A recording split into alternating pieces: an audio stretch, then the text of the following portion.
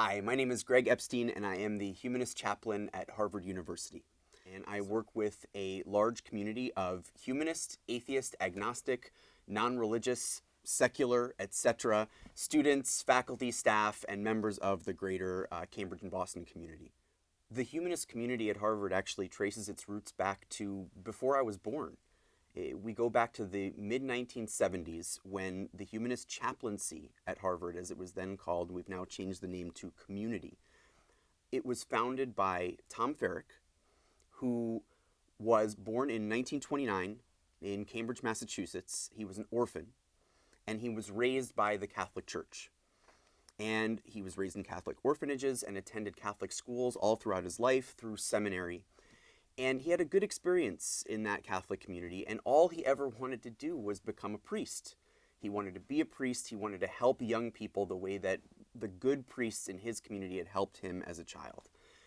And so that's what he did. He pursued it, and when he graduated and became ordained as a priest, he was sent to Dartmouth College to be the assistant Catholic chaplain there. And he had high hopes and a real optimism for just wanting to sit down with the students and talk to them openly and honestly and discuss anything and everything. But remember, this was the first time he'd ever been outside of the boundaries of a Catholic institution his entire life.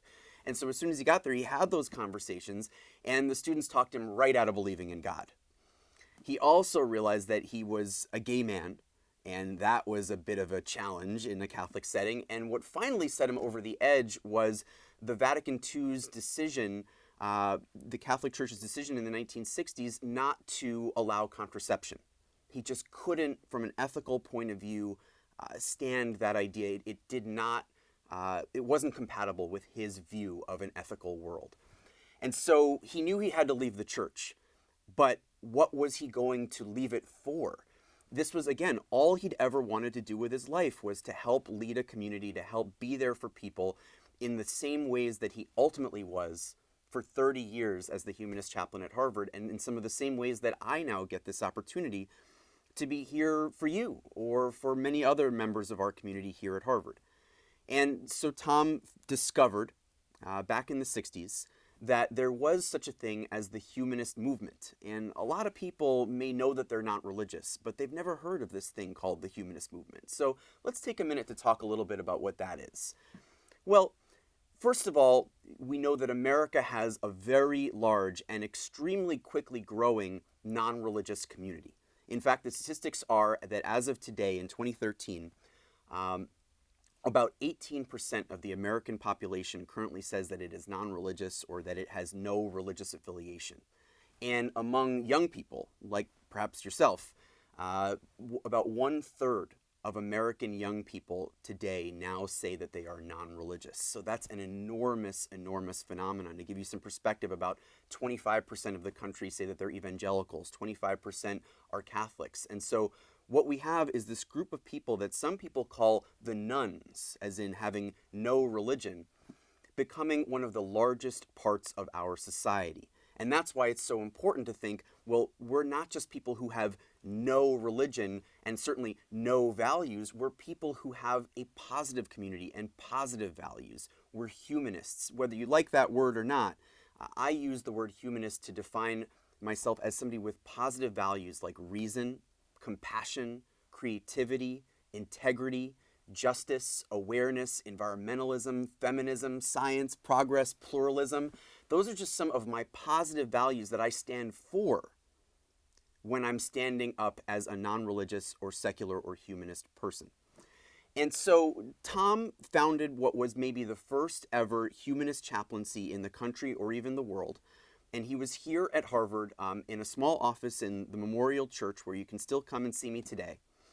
And he focused his attention on counseling students, on working with people like yourself to talk about the meaning of life, to talk about what are we going to do with our time? What are my relationships for? What are they supposed to be like? Because just because you decide that a God doesn't have the answers to your questions in life doesn't mean you don't have questions. I mean, we all have so many questions about what life is like and what it's supposed to be like.